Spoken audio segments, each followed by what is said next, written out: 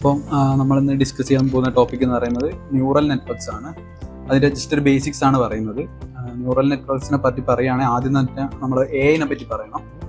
AI എന്ന് പറഞ്ഞു കഴിഞ്ഞാൽ നമുക്കൊക്കെ അറിയാം, machines learn and act smart ആണ്. അതായത് AI എന്ന് പറയുന്നത് മെഷീൻസ് ഒക്കെ കുറച്ചുകൂടി ഇംപ്രൂവ്ഡ് ആയിട്ട് പഠിക്കാനും അതേപോലെ തന്നെ സ്മാർട്ടായിട്ട് വർക്ക് ചെയ്യുകയും ചെയ്യുന്നതാണ് AI എന്ന് പറയുന്നത്. അപ്പം ഇനി നമ്മുടെ അടുത്ത ഇത് വരുന്നത് ന്യൂറൽ നെറ്റ്വർക്ക് എന്ന് പറഞ്ഞു കഴിഞ്ഞാൽ AIൻ്റെ തന്നെ നമ്മുടെ ബ്രെയിനൊക്കെ പോലെ തന്നെയുള്ള ഒരു ബ്രെയിൻ ഇൻസ്പയർഡ് ആയിട്ടുള്ള ഒരു മോഡലാണ് ന്യൂറൽ നെറ്റ്വർക്ക് എന്ന് പറയുന്നത്. അതായത് learn patterns from data just like your brain. നമ്മുടെ ബ്രെയിന് ചെയ്യും പോലെ തന്നെയുള്ള രീതിയിലേക്ക് ഡാറ്റനെ മാറ്റിയെടുക്കുന്ന ഒരു മോഡലാണ് ന്യൂറൽ നെറ്റ്വർക്ക് എന്ന് പറയുന്നത്. കുറച്ചുകൂടി ഡീപ്പായിട്ട് നമുക്ക് അതിനെപ്പറ്റി പറയുകയാണെങ്കിൽ കളക്ഷൻ ഓഫ് ആർട്ടിഫിഷ്യൽ ന്യൂറോൺസ്, അതായത് നമ്മുടെ ബ്രെയിനിലെ ന്യൂറോൺസ് പോലെ തന്നെ ആർട്ടിഫിഷ്യൽ ആയിട്ടുള്ള ന്യൂറോൺസ് ലെയേഴ്സ് ആയിട്ട് കണക്ട് ചെയ്യുന്നതാണ് ഈ ന്യൂറൽ നെറ്റ്വർക്ക് എന്ന് പറയുന്നത്. Each connection has a weight, അതായത് ഇതിൽ ഓരോ കണക്ഷനും വെയിറ്റ് കൊടുക്കും. അതായത് ഇമ്പോർട്ടൻസ് അനുസരിച്ച് കൊടുക്കുന്നതിനാണ് വെയിറ്റ് കൊടുക്കുക എന്ന് പറയുന്നത്. പിന്നെ output is calculated by combining inputs and weights. അപ്പോൾ ഇതിൻ്റെ ഔട്ട്പുട്ട് കാൽക്കുലേറ്റ് ചെയ്യുന്നതെന്ന് പറഞ്ഞു കഴിഞ്ഞാൽ ഇതിൻ്റെ വെയിറ്റ്സും നമ്മൾ കൊടുക്കുന്ന ഇൻപുട്ടും കൂടി നോക്കിയിട്ട് കമ്പയർ ചെയ്തിട്ടാണ് ഇതിൽ ഈ ഔട്ട്പുട്ട് കൊടുക്കുന്നത്. നമ്മൾ ഇപ്പോൾ ഈ ലെയേഴ്സ് എന്ന് പറഞ്ഞു കഴിഞ്ഞു. അപ്പോൾ ലെയേഴ്സ് എന്ന് പറഞ്ഞു കഴിഞ്ഞാൽ ഇതിൻ്റെ ഒരു സ്ട്രക്ചറാണ്. അതിൽ ഇൻപുട്ട് ലെയർ ഉണ്ട്, ഹിഡൻ ലെയർ ഉണ്ട്, ഔട്ട്പുട്ട് ലെയർ ഉണ്ട്.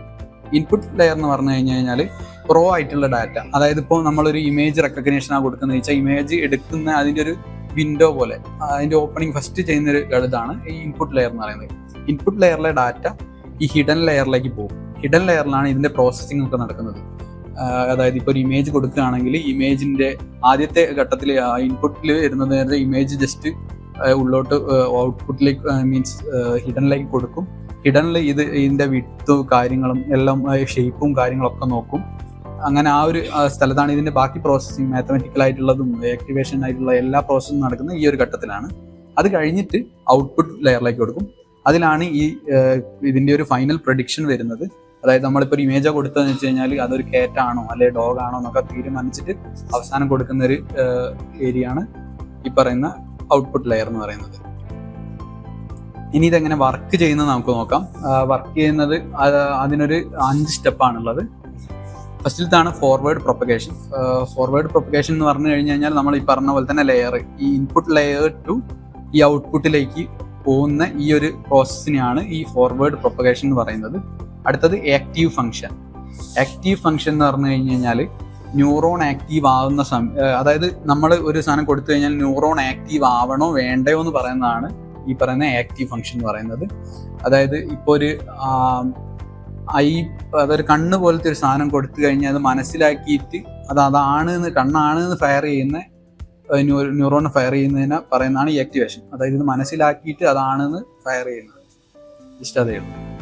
പിന്നെ വരുന്നതാണ് എറർ കാൽക്കുലേഷൻ. അതായത് നമ്മുടെ കിട്ടുന്ന ഔട്ട്പുട്ട്, ഇത് ചെയ്ത് കഴിഞ്ഞിട്ട് കിട്ടുന്ന ഔട്ട്പുട്ടും ആക്ച്വൽ ഔട്ട്പുട്ടും തമ്മിൽ കമ്പയർ ചെയ്തിട്ട് അതിലെന്തെങ്കിലും എറർ ഉണ്ടോ എന്ന് കണ്ടെത്തുന്നതാണ് ഈ പറയുന്ന എറർ കാൽക്കുലേഷൻ എന്ന് പറയുന്നത്.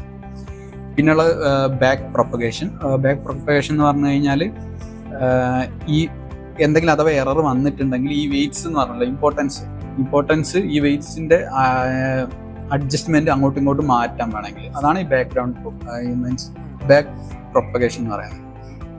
പിന്നെ ഇത് ഈ നടന്ന സാധനം തന്നെ പിന്നെ നടന്നുകൊണ്ടിരിക്കും. അപ്പോഴാണ് എന്തെങ്കിലും എററൊക്കെ ഉണ്ടെങ്കിൽ അത് മാറുന്നത്. പിന്നെ ഈ ന്യൂറൽ നെറ്റ്വർക്കിനെ പറ്റി പറഞ്ഞു കഴിഞ്ഞാൽ അതിൽ കുറേ ടൈപ്പ് ഓഫ് ന്യൂറൽ നെറ്റ്വർക്ക് ഉണ്ട്. അതിൽ ഇമ്പോർട്ടൻ്റ് ആയിട്ടുള്ള കുറച്ചെണ്ണം പറയാം.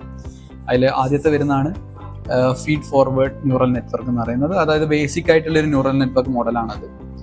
സിമ്പിൾ പ്രഡിക്ഷൻസ് ഒക്കെ വേണ്ടി യൂസ് ചെയ്യുന്നു. പിന്നെ കൺവല്യൂഷണൽ ന്യൂറൽ നെറ്റ്വർക്ക് എന്ന് പറയുന്നത്, അതായത് CNN എന്ന് പറയുന്നത് പറഞ്ഞാൽ നമ്മുടെ ഫേസ് റെക്കഗ്നീഷൻ, ഇമേജ് റെക്കഗ്നീഷൻ അതുപോലത്തെ സാധനങ്ങളൊക്കെ വരുന്നതാണ് ഈ CNN. പിന്നെ റെക്കറന്റ് ന്യൂറൽ നെറ്റ്വർക്ക്, അതായത് RNN എന്ന് വെച്ച് കഴിഞ്ഞാൽ നമ്മുടെ സ്പീച്ച്, ലാംഗ്വേജ്, ടൈം സീരീസ് പോലുള്ള കാര്യങ്ങളൊക്കെ ഹാൻഡിൽ ചെയ്യുന്ന സാധനമാണ് ഈ പറയുന്ന RNN എന്ന് പറയുന്നത്.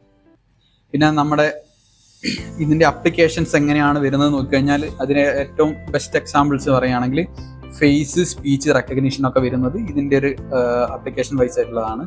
പിന്നെ നമ്മളെ ഗൂഗിൾ ട്രാൻസ്ലേറ്റർ, പിന്നെ ChatGPT ഒക്കെ ഇതിൽ വരുന്നതാണ്. പിന്നെ മെഡിക്കൽ ഡയഗ്നോസിസ് നമ്മൾ മുമ്പ് ചർച്ച ചെയ്തിട്ടുണ്ടായിരുന്നു. ഈ ക്യാൻസർ ഡിറ്റക്ഷൻ അങ്ങനത്തെ കാര്യങ്ങളിലൊക്കെ ഇത് ഉപയോഗിക്കുന്നുണ്ട്. പിന്നെ നമ്മുടെ ഇപ്പോൾ ഉള്ള മോഡേൺ വേൾഡിൽ ഈ ടെസ്ല അതുപോലുള്ള കാറുകളൊക്കെ നമ്മൾ ഓട്ടോമേറ്റഡ് ആണ്. അതൊക്കെ ഇതിന്റെ അണ്ടറിൽ വരുന്ന ന്യൂറൽ നെറ്റ്വർക്കിന്റെ അണ്ടറിൽ വരുന്ന കാര്യമാണ്.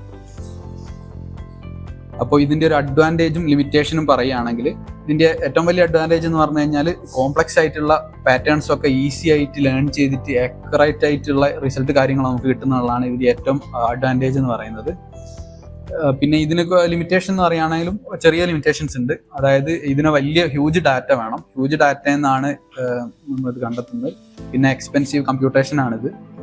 പിന്നെ it's work like a black box, hard to explain decisions. അതൊക്കെയാണ് ഇതിന്റെ അഡ്വാൻറ്റേജും ഡിസഡ്വാൻറ്റേജസും ആയിട്ട് പറയാനുള്ളത്.